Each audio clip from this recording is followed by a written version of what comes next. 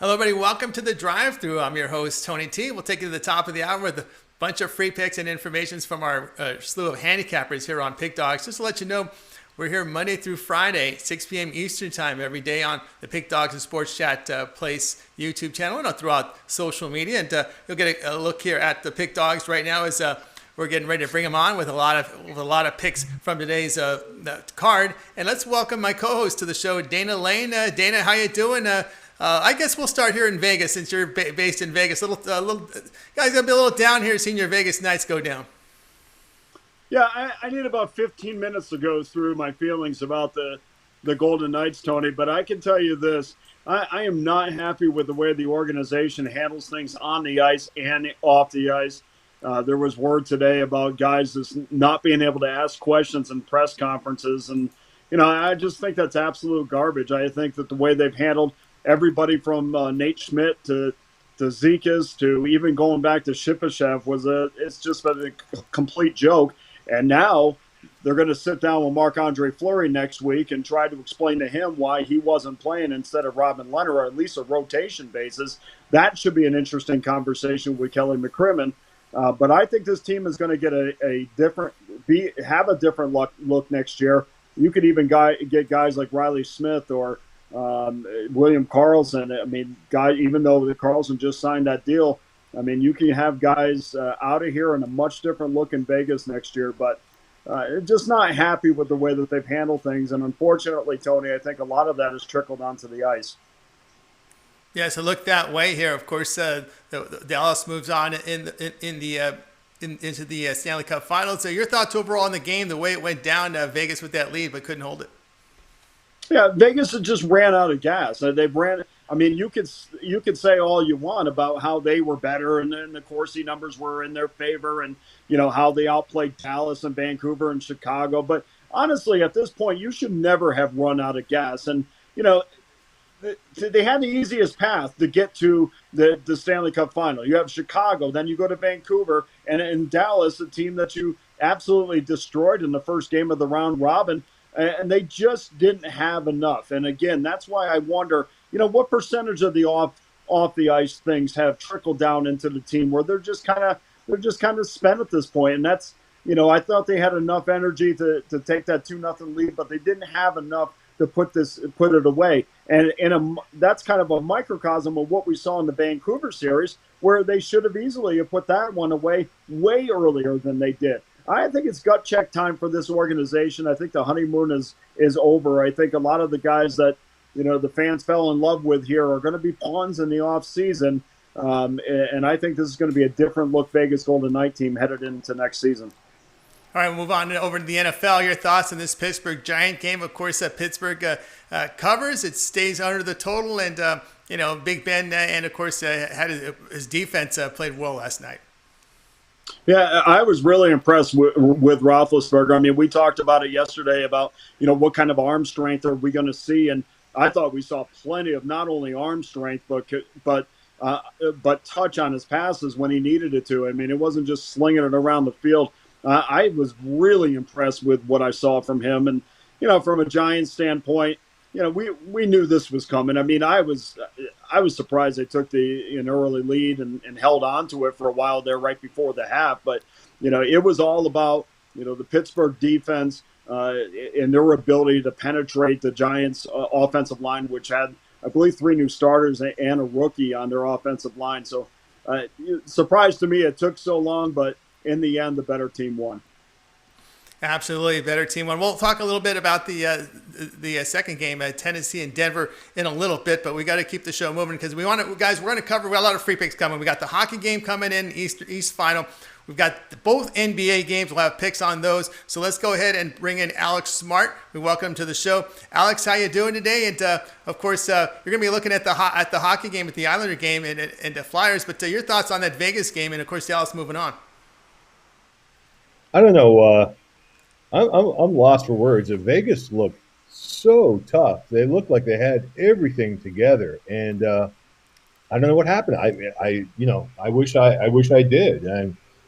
And Dana being in Vegas, has a real close look at this group, and there's something wrong there now. All of a sudden, just like that, everybody was like they were the talk of the town, and maybe the talk of the NHL for the last 2 years, but they can't just finish the deal, and maybe they're inexperienced, like this is still an expansion franchise, so there are issues sometimes. Just going from zero to hero overnight's not an easy deal. So it's not always easy to handle a situation like this. And Dallas all of a sudden played their best hockey of the entire year all at once. So there you go. This is sports. All right, so we're looking at the game tonight, 8 p.m. Eastern Time. Islanders in Tampa Bay. Tampa Bay's look good in this series, and they're favored big here. Minus 170 total coming in at 5, juice to the over. Well, the Islanders are a kind of team that they're detail orientated. They play an amazing defensive style of hockey. When they're on their game, they can beat any team in the NHL. So what we've got here is a situation where we have value on the money line with the New York Islanders. This is do or die for them. They have to come up with a big game. Barry Trotz has been here before. This young team has proven. They do have some older guys. Don't get me wrong, but overall the core of this team is fairly young and actually starting to become very experienced.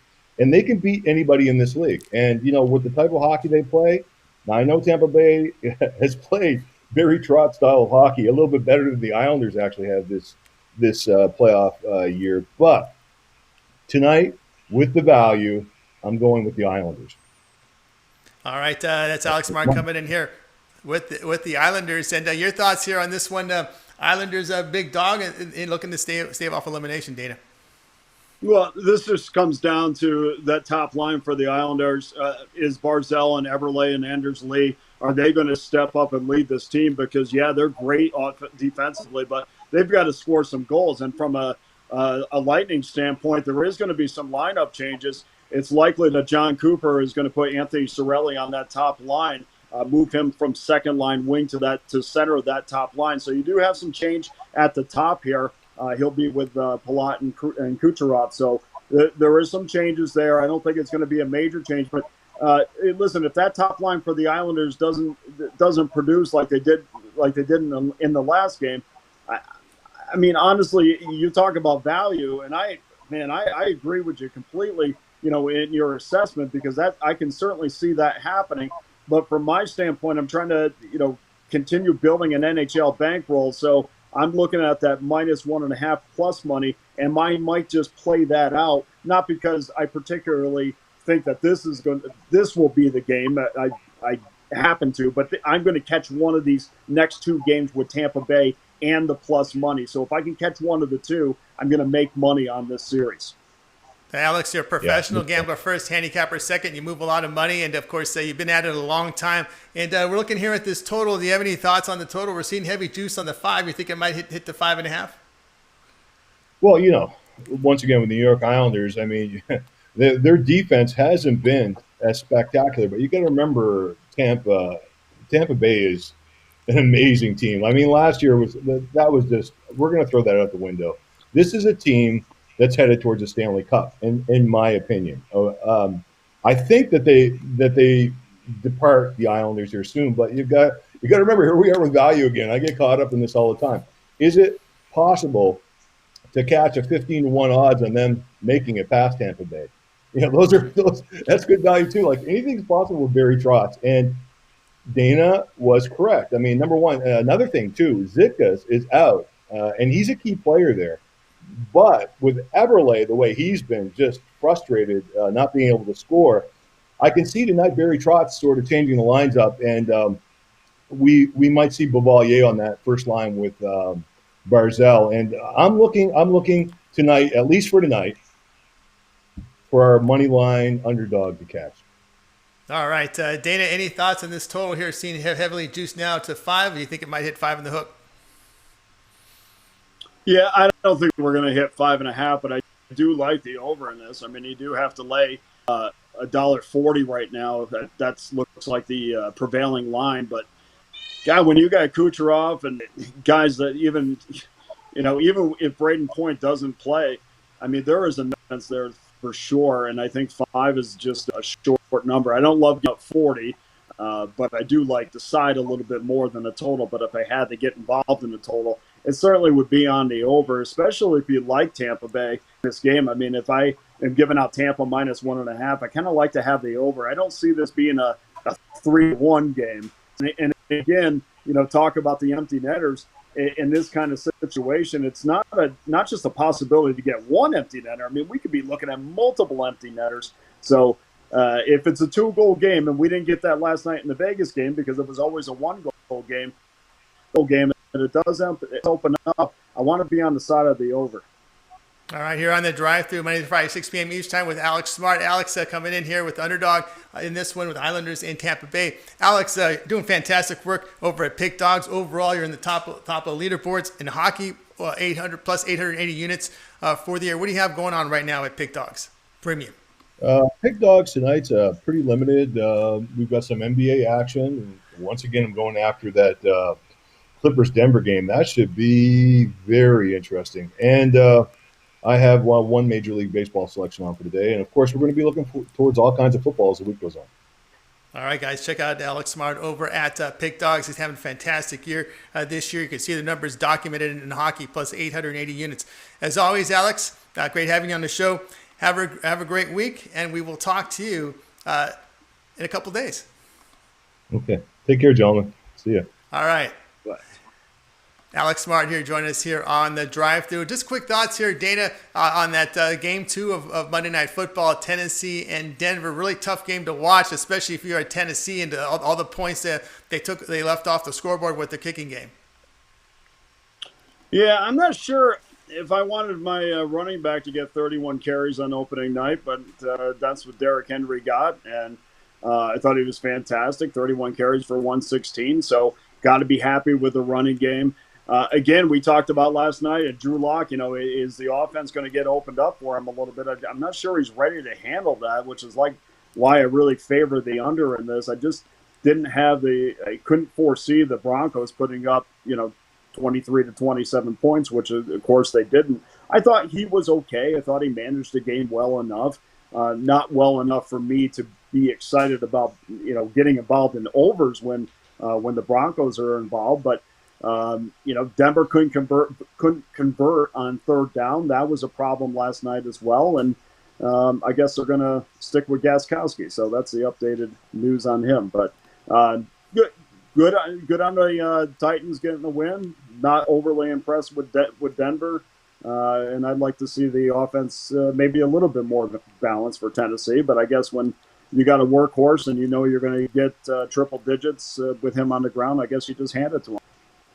All right, drive through here, joined by Dana Lane. We've got the NBA picks coming up on deck. We've got the Celtics and Heat tip-off time, 6:40 p.m. Eastern time. So let's don't delay anymore. Let's bring in Shane Mickel. You'll find him over at the Pick Dogs. Shane, how you doing today? You're fantastic in the NBA. Number 2, over 1,500 units of profit. How are things going? Yeah, it's going good. I missed the day off yesterday with the NBA, so I'm excited for everything to get rolling again here. Yeah, absolutely. Of course, a lot of rest for this Boston Celtics team. I brought this up yesterday with Rod. We're seeing a lot of these teams after they complete their series, one day off, get back on the court. But now Boston gets a lot of rest after their Game 7. Yeah, well, and the Heat have even more rest, knocking off the Bucks earlier. And I don't know, it'll be interesting. It's a little different because both the teams at least have had a couple days off, but might see a slow start to this one from both teams in the first quarter. All right, you're taking a look here at Miami-Boston. Let's get the numbers here. Boston favored 2 in this one. And look at the total here in a second. But let's see what the total over-under line here in this Boston-Miami game number 1. It sits at 209, and it's mixed. You can find 209.5, 208.5. How do you see this one, Shane? Yeah, on paper, pretty good series. It should be competitive all the way. This is a series I see probably going 7. But the one key here in game 1 I see is Jimmy Butler and how the Celtics have slowed him down. They played 3 games so far this year. The last game was inside the bubble. Butler didn't play in that one. Digging in the numbers a little bit, the 2 games that Butler did play in earlier in the year, the Celtics won both of them, and the big reason was the plus-minus for Jimmy Butler was, I think, -7 in one game and then -14 in the other. Marcus Smart will be on him all night, and that'll be the bad matchup to watch. I think Marcus Smart clamps him down, and the Celtics come away with this one. All right, Shane Mickle is on the Celtics. Danny, your thoughts here in game number one? Will Miami be able to find shots? Will Boston need a game or two to get those adjustments in to tighten up defensively? How do you see game one playing out? Yeah, anytime I see this number, I see it at 208.5 as a consensus, but obviously the pick is still the same, whether it's 208 or 209. Both of these teams, last time that they played, found the free throw line quite a bit. In fact, Miami averaged 29 trips to the free throw line in their games against the Celtics this year. One game they had a 39 free throws in that game, and it was without Jimmy Butler. And if you know anything about Jimmy Butler and his history against the Celtics, he gets to the line a ton too. He's going to go right to the basket. Last time out against the Celtics, he had 11 free throw attempts. So, it's very, very important when you're dealing with the Celtics, who are a fantastic defensive team, that you have teams that can hit the free throws to give you those extra points. And of course, it's only a bonus if Miami comes out and starts threes, which is what Spoelstra's MO is and what they're going to try to do early. I like this. I hope this number keeps going under, because I definitely like the over in this. All right, Shane, your thoughts here on total on this one. Will the teams come out, Miami with that long layoff, how do you think they'll find their shots here, in this situation? They've only played one game over the minimum thus far. Yeah, like I said, I think I do have a premium pick on it over at the site, but I do think, especially in the first and second quarters, I expect a really low scoring. So maybe even I guess I'd probably go the opposite of Dana. I'd like the under in the first half. All right, Shane Mickle here on the drive-through. And Shane, I know you're doing fantastic work over at Pig Dogs. As we're getting about 20 minutes from tip-off. What do you got going right now over at Pig Dogs Premium? Yeah, I got a 3-pack going tonight. Play in both the NBA games, and I also have a top play in the MLB, and I think I've got that for $34.95. So hop on that package and hopefully deliver some winners for you. All right, guys. So check out Shane Mickle over at Pig Dogs. Fantastic work in the NBA season. Pick up a package from him. As always, Shane, great having you on the show. Have a great weekend. We'll talk to you in a couple days. Sounds good. Have a good one, you guys. All right. That was Shane Mickle joining us here on the drive-through. All right. We got more picks coming up. We'll talk the Denver Clippers and more. I'm going to look at a game here, Dana, at the top of the hour. Toronto and the Yankees, Walker and Garcia. And we're seeing Yankees favored, pretty sizable favorite here, about $1.57 in places. Total sits at 9. Of course, this young prospect for the Yankees, I like him, but Taijuan Walker's pitched well this season. So your thoughts on this game? Well, I definitely like the kid for the Yankees. I mean, we talked about him last week. His stuff was absolutely electric, but Walker has pitched well as could be expected after the trade. So this is kind of one of those games where I'm looking at the number right now. It's not an attractive number, and I kind of will stay out of it. But the one thing you have to remember, I mean, that second half line. If you're playing in-game wagering, remember Toronto was absolutely explosive in the later innings. Their bullpen has been credited with wins, which means they're behind. They come back, on a pretty regular basis for the bullpen. Walker started 8 games this year. He hadn't allowed an earned run in half of them, which is impressive as well. But this Davy Garcia, he's got quite praise from Pedro Martinez over the weekend, and if Pedro likes him, that's good enough for me. But I think this game is going to go under, and just because you don't know a lot about these guys, especially with Garcia, I mean, you talk to guys around the league, and they will say this kid is a real electric stuff. He's not just a guy that's coming up, from Scranton trying to get a spot start, and we'll see what we have out of him. I mean, he's a guy that's got really good stuff, but it's tough to go. I mean, until I can become more. I know Stanton's coming off the IL. Until I can become more comfortable with New York and the fact that they're going to put up runs consistently, I always have to go look at the other team, especially if I can grab a run and a half and only give up a little bit of juice. All right, it's Dana Lane, document number 1, Major League Baseball over at Pig Dogs Premium section. Dana, you got to play for the show today. We've got the top of the card here First pitch about 15 minutes. Washington with Anibal Sanchez at Tampa Bay Curtis. And we're finding here Tampa Bay sizable favorites here about $1.75 to $1.80. Total sits here at 9 runs. Yeah, I like the under in this one as well. And I know if you look at the numbers for Anibal Sanchez, they haven't been, very impressive. And, opposing hitters are hitting .329 against him this year. And that is the highest average allowed by any pitchers with at least 30 innings. He has been a little bit better as of late. The guys that have seen his bullpen sessions, they said that, he's as well as what they would expect him to be at this point. I know a good outing is coming for Sanchez, and I know a good outings is coming for Sanchez. And I don't know if the overall chemistry in that team is what it was last year. Obviously, they have struggled a bit. But as far as Tampa is concerned, John Curtis, he's getting his 13th start this year, second time as an opener, so he's not going to go deep into the game. But we've said this before. I love this little opener, do 2 innings, and the next guy comes in and pitches 3 innings. I think that works a lot for a lot of teams, and it certainly works for Tampa Bay because they were the first ones to do this. I like the under in this. I expect a good outing out of Sanchez. I think he's going to give you a good solid 5 or 6 innings, and I also like the bullpen game for Toronto. It's going to keep the Washington Nationals on their back feet, which they've been all year. All right, Dana Lane, number 1 Major League Baseball document over at Pick Dogs, says the under, top of the card here with the Washington Nationals, Tampa Bay Rays. All right, Dana, of course, we're getting close to tip-off in the NBA, and a lot of action top of the hour. What do you have going on at Pick Dogs right now? We still have all 3 of our games left. I got Arizona, Los Angeles, Oakland, and Colorado. Minnesota and the Sox will be starting soon. You get out game winner, my upper class winner. And of course, I've been extremely happy with the results this year, but make sure that you get involved right now. All the prices are discounted. We're going to get that big run at the second half of the year or second half of the month. I want you to get involved. I want you to make money. So then when we move forward into October, you got a decent sized bankroll that we can work with.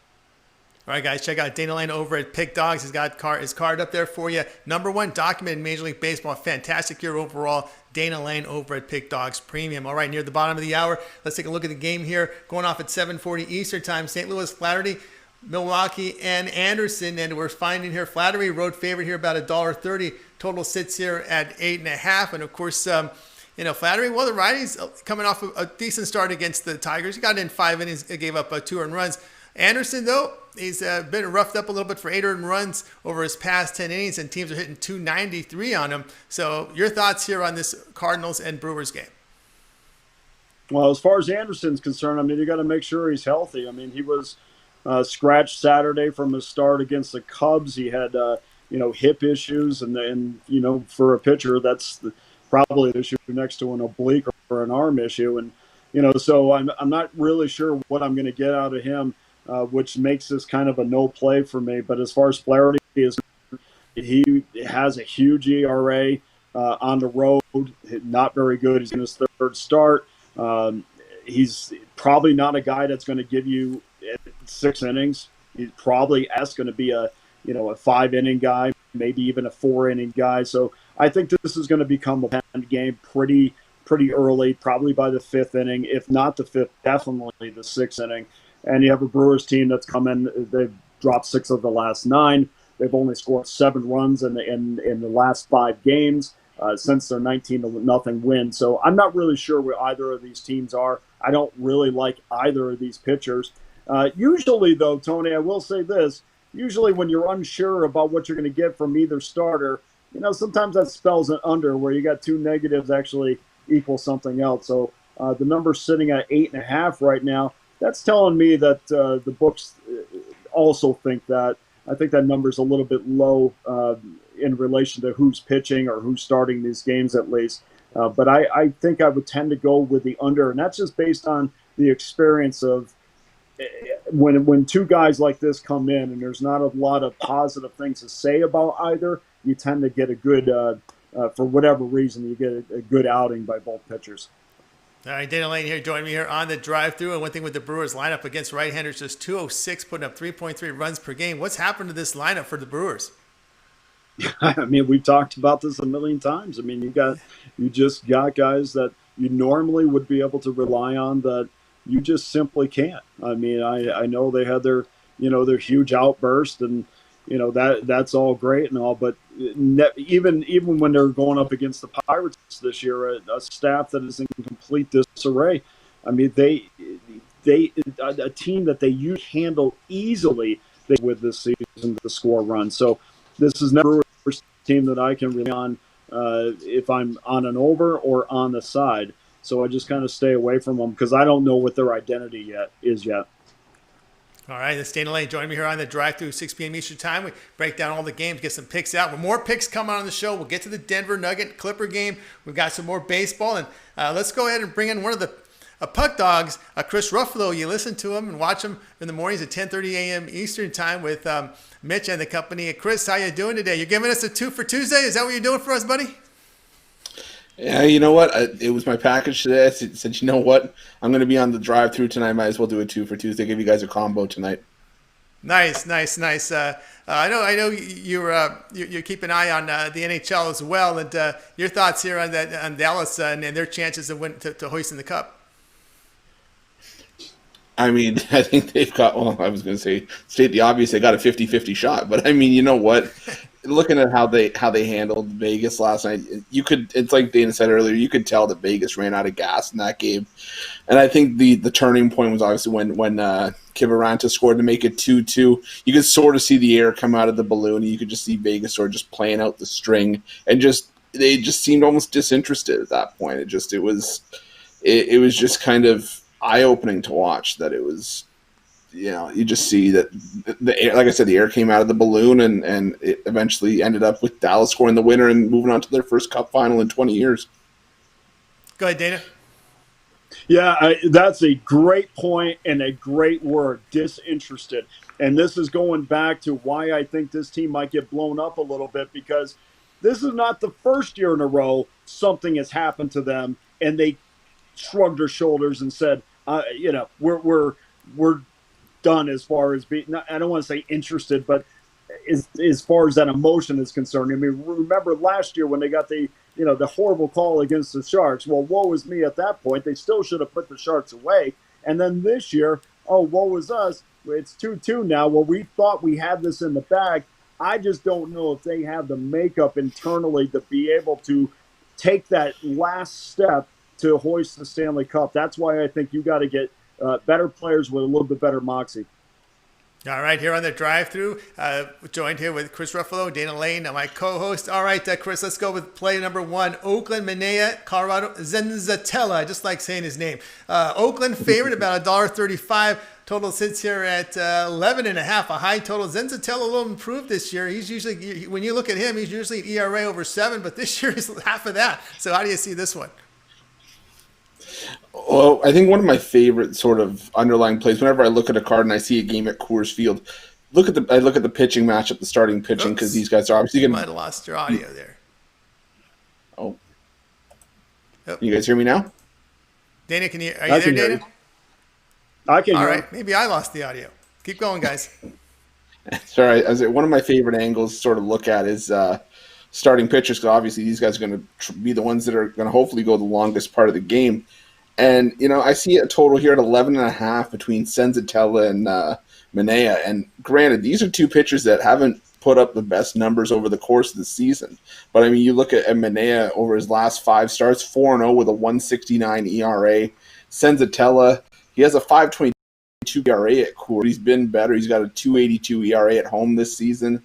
And, the A's just played a doubleheader yesterday. I expect the offense to be a little bit sluggish. Under's 22-5-1 in Oakland's last 28, with his total set at 11 or higher, and 21-10-2 in Colorado's last 33 interleague home games, and 7-1-1 in the last 9 between these two. I like the under here. I wouldn't be surprised if this one stayed well under 10. Dana, you look here at the under the total here from Chris. I kind of agree with him on that. I handicapped it, thought it'd come in under with the Athletics bullpen of the Rockies. Just a little struggle on the hitting, and of course, Zenzatella, a little improvement. But one thing you got to worry about, the Rockies, that bullpen at home has been a little shaky. Yeah, that is absolutely true. But I couldn't agree more with both of you guys about the under in this. I think this number is way too high. And also remember, Manaea is probably, he's trying to pitch his way onto the playoff staff. And I think that, he's probably going to with a W tonight. I mean, I don't know, after tonight probably has one more start or two more starts. But this is a very important start for him as far as moving towards the postseason and having a spot in that rotation. And historically, he has pitched pretty well. He has pitched pretty well in this situation. And as far as Zenzatella is concerned, he too has pitched well against the Oakland A's in his history. So I think you have two pitchers that are motivated. One has had success against the other. One that wants to get a spot on the postseason roster. And I know want doesn't always equal W's. I kind of hate that when people say that. But when want and ability meet, I think it brings you to another level. And I think both of these pitchers have the ability to shut the other team down. I think we are definitely going to get into the bullpen, and this might get hairy at some point. But I think we're looking around 9, which is the number that I had on this game, or 9.5 I had on this game. I'm with you there. Dana Lane and Chris Ruffalo join me here on the drive-thru. Chris, let's go with play number 2. It's KC and Detroit. We're finding KC favorite $1.15. Total sits at 9. Boyd on the mound here for Detroit. Junis penciled in, replacing Danny Duffy. Some questions as to how he's missing this one. Missed the plane. They found I was hearing some stories about him earlier. But one thing I know about Matt Boyd, man, be careful with this guy. How do you see this one? I think I said it on the morning show this morning when we saw Matt Boyd and the Tigers at -115 in favor of the Royals. I said that line made me physically angry, and I almost wanted to turn my light green in the background just to almost hulk up at how mad that line made me. Matt Boyd is a walking Christmas tree every time he goes to the mound with how badly this guy gets lit up. I think the three of us, and we could maybe take 6 other guys from the green room, we could probably put up a crooked number on Matt Boyd. As far as Jacob Junis goes, yes, he's coming off his worst start of the season where he gave up 5 runs in less than 5 innings. But he's also you probably use the Tigers to bounce back from a couple of rough starts in his career. 8-1 with an ERA just over 3. I got to go with the Royals at plus money at this price, especially with Matt Boyd not showing any signs of turning things around. I mean, you think he's going to turn a corner, and then next thing you know, guy gives up 7 runs in less than 3 innings and a 19-0 loss. So give me the Royals at plus money here. You on the wagon there too with the Royals? Because I like the Royals. What do you think, Dana? Well, that would be the side I would be on for sure. And don't get scared because it's a last second replacement either, because this is a guy that has pitched on 4, 5, and 6 days rest, and the only thing wrong with him is he absolutely gets no run support whatsoever. He's used to being in a different situation, so I don't. Anybody who says, well, he's going to be a last second pitcher, not being able to get mentally prepared. Some guys are better off in that situation, and he's kind of been, around, he days, and then he pitches. He's pitched on short notice, on long notice, so I think you're getting an outing out of him. Matthew Boyd, as you pointed out, has been, even against the Royals career, he's been horrible. ERA is over 6.5 against a team that you should clean up against, but we look at the Royals lineup and what they do, what done against Matthew Boyd, and Merrifield's hit 5-4 with 9 extra base hits. Dozier has 10 hits. Those are key guys that have hit Boyd hard, and you're getting a Royals team that might feel pretty good about themselves. I don't know if I'm getting excited because I just swept the Pittsburgh Pirates, but they did too before that against Cleveland Indians. This Kansas City team is feeling as good as they have all year, and now they're facing a pitcher that hasn't well against them historically. Chris, when you're looking at the KC, they are hitting, and you look at the past 7 games, almost hitting 300, putting up nearly 7 runs a game. You're probably getting the better hitting lineup here as well. Yeah, and to tell you the truth, that's something I looked at as well. And I said, you know what? That just made me like the pick even more. And I wouldn't be surprised if the Royals won this one by a couple. Dana's talked about it over the last few days, and when I've been watching you guys when I'm not on the call, and it's hearing how it makes just so much more sense to just maybe put a little bit extra just to go after the -1.5. And this is, I think, a prime spot where that can happen, especially with how Boyd's been knocked around. Junis is due for a good start. He only gave up 2 runs in each of his previous 4 starts before that last start where he gave up 5. So I think this is a good spot as any to maybe take a shot with the Royals on the run line as well. I haven't found a price for that yet, but I can imagine it'd be something pretty substantial, probably around a +160, if not more. All right, Chris Ruffalo joined us here on the drive-through. Chris, you're putting up great numbers over at Pick Dogs. Overall, nearly 1,300 units of profit documented. What do you got going on at Pick Dogs Premium?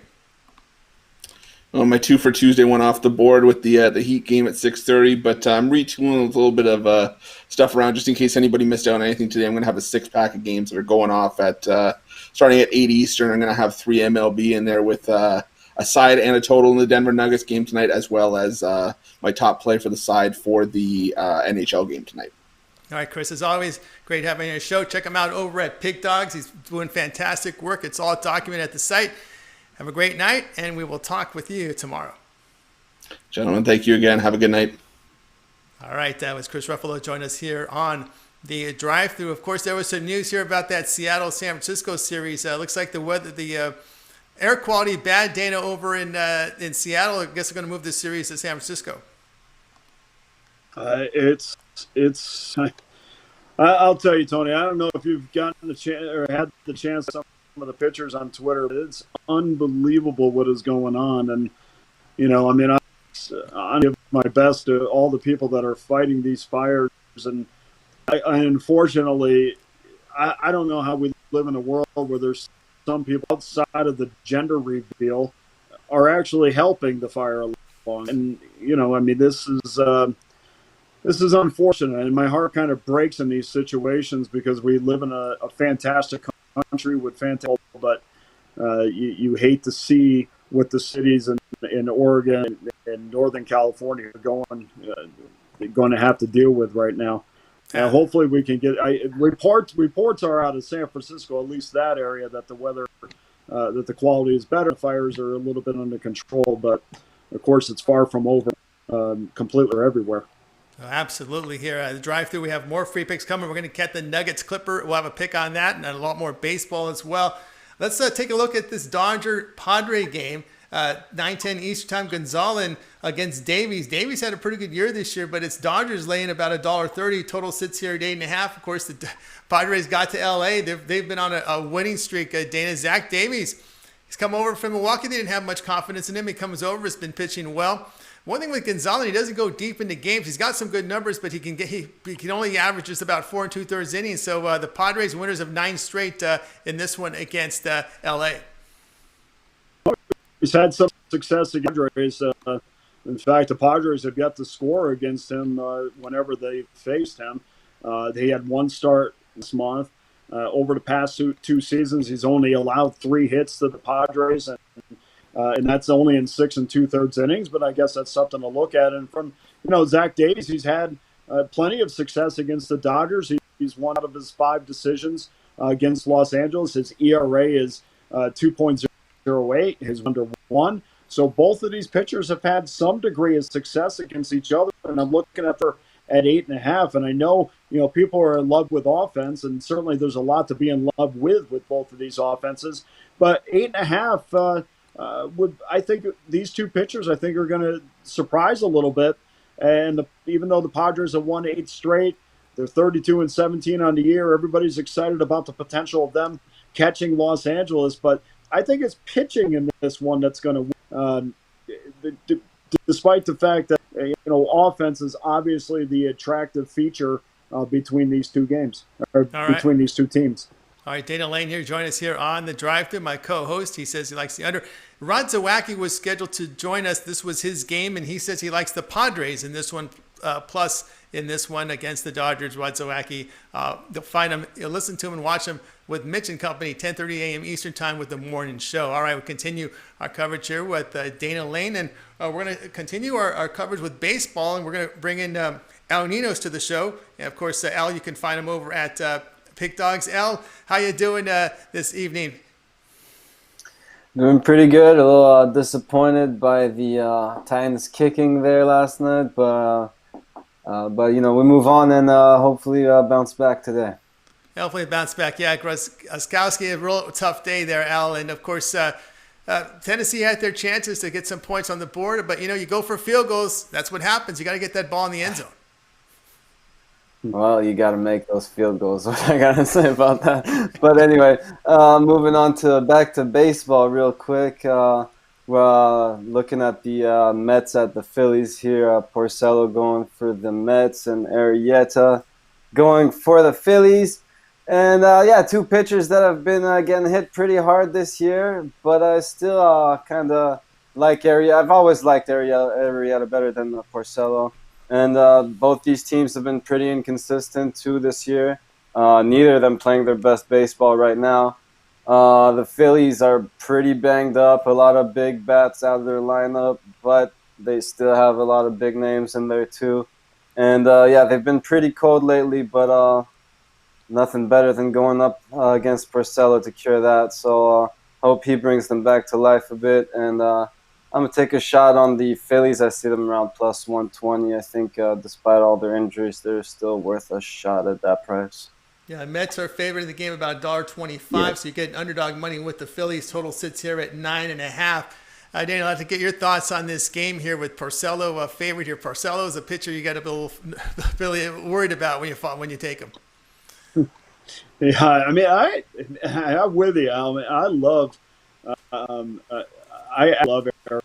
I mean, I don't know if it's because I was so angry at him at one point for, you know, kicking the Pirates out of the postseason. I still hold a lot of anger still, but, you know, thankfully, you know, I remember that effort and I remember what he used to be. And I know that was a long time ago, but I still, from what, you know, people have said, he still kind of shows glimpses of that and have a great outing in his last outing. But he has pitched fairly well against Mets. He hasn't really always got the run support as needed, but his ERA is in that low area.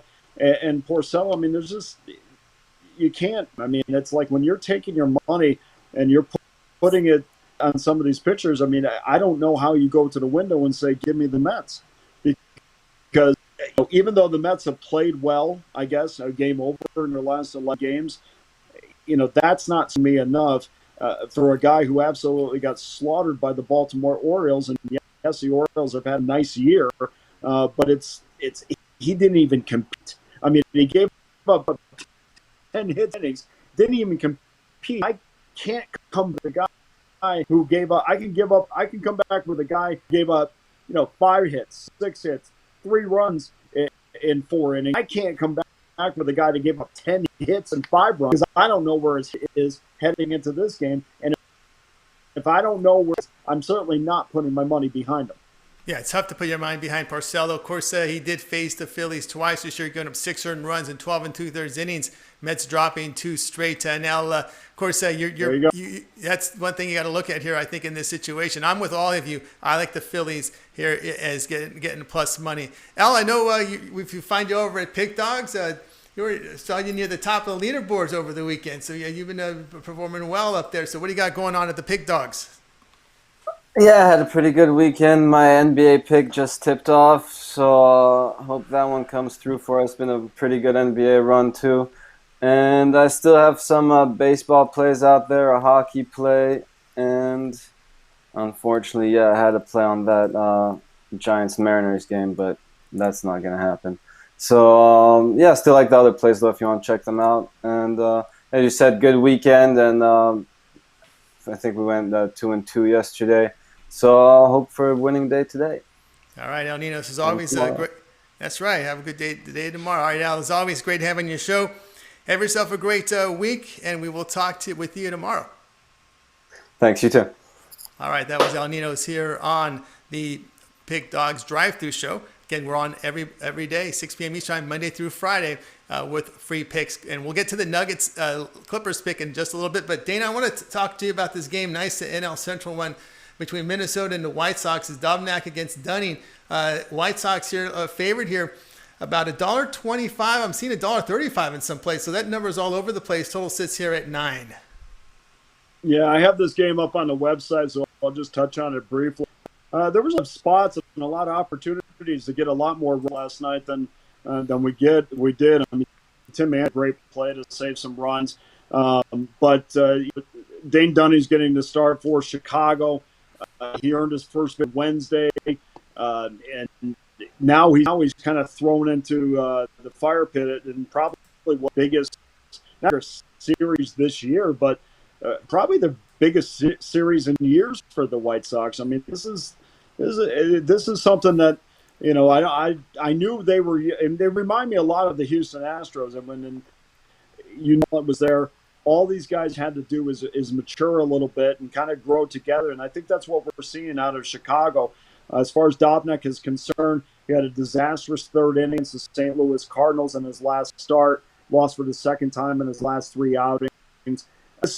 I think there's going to be a lot of runs scored in this one. And this is why sometimes you got to watch these games. Last night easily went under the total, but did you feel there were some innings where they could have had some really big innings? They were one hit away from having huge innings. I think we're going to see that at some point, and I'm betting that's tonight between these two starters. I think it's ripe for an over.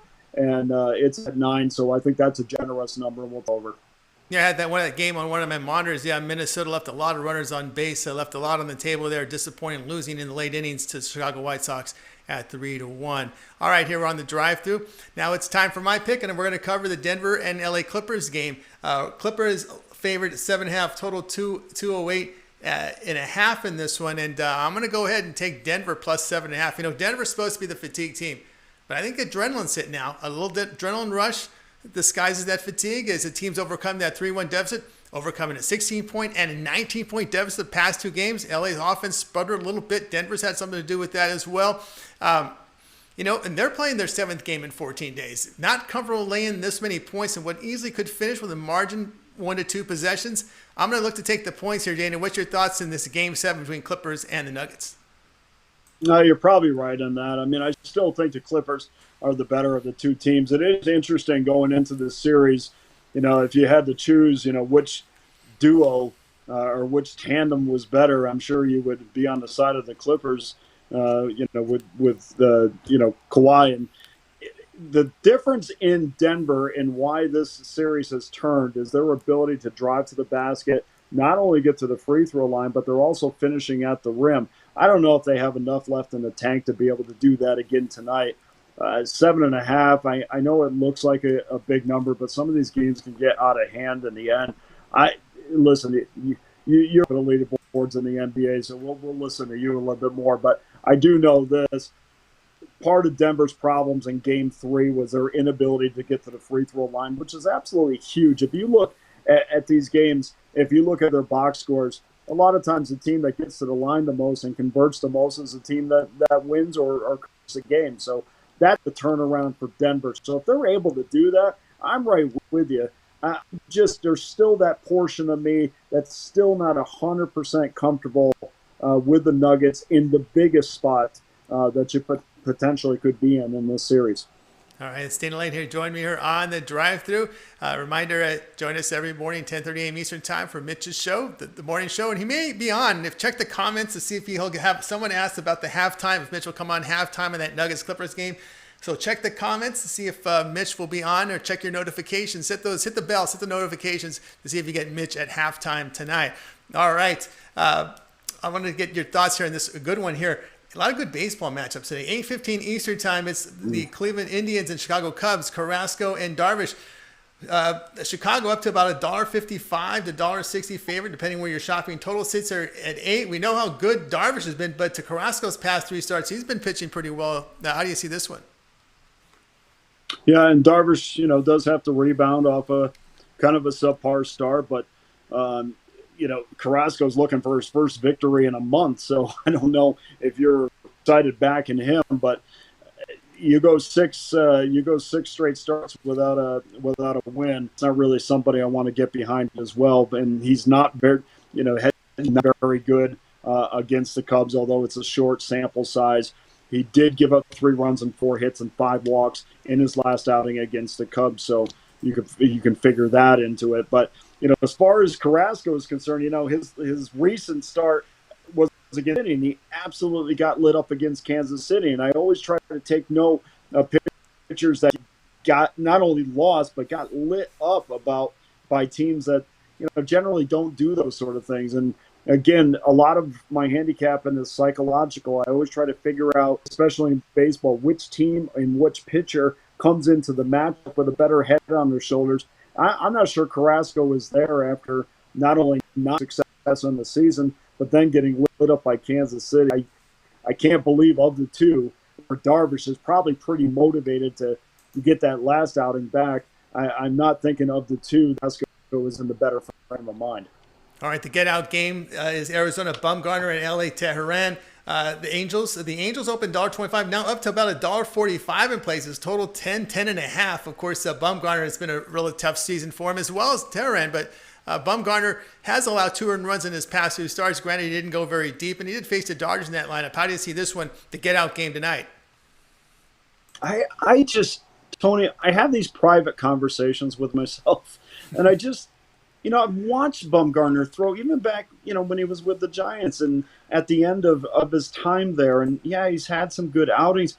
I just don't, something I scratch my head a little bit about what he's doing.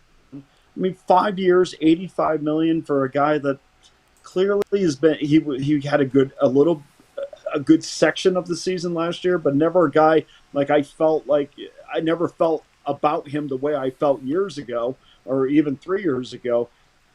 He just was different. He was getting hit hard. I don't have the numbers in front of me, but I'm guessing the exit velocity and the barrels were the percentage and the miles per hour, which much more than they were 3 years ago. Just never a guy I really could lean on lately. As far as Tehran is concerned, another guy trying to get some starts together. His longest outing has been 5 innings this year. Another guy had a lot of success in another organization, really hasn't translated into loss yet. But we go back to the same adage of, okay, you got 2 pitchers that are kind of fighting for their careers, more Bumgarner than Tehran, but you got guys that got something to prove. Actually, when I got 2 guys that have something to prove, we get a pretty good pitching out. We get a pretty good pitching performance out of both. So the number's at 10.5. I think that's a little bit high. I'll take the under in that. Yeah, I'm with you there with the under, because with the Arizona hitting lineup, I know it's Tehran pitching. Yeah, exactly. How the hell can you go 10.5 with Arizona? The Angels are going to have to do all the heavy lifting in this game. I don't see how you can go over with Arizona. Tony, not only that, I mean, we have basically seen the management in Arizona say, hey, look, we're done with the season. We're going to go with what we have, but we're going to get rid of Marte. I mean, you wanted this guy at the top of your lineup to give you a chance to get into postseason. Now, all of a sudden, because you're out of the postseason, now all of a sudden, well, we were more than willing to give him up to Miami. I just don't know where the direction of this team is going at this point. And the one guy that you really could build around in Marte, a guy that needed a fresh start, he said, we're giving him up. All right, this is Dana Lane here. Join me on the drive-thru, guys. Tune in tomorrow at 6 p.m. Eastern time. We do this all again. We'll have baseball coverage. We'll mix in some NBA. We'll know what the West final will look like as the Clippers and Nuggets play Game 7, as well as we'll take a look at the Game 2 with Boston and Miami. Boston out to a quick start, 14-8 up on Miami here in game number 1. And we'll sprinkle in some NFL and college football for you as well. Let's bring in the Pick Dogs with the final wave goodbye. Thanks for joining us, guys, and we'll do it all again tomorrow.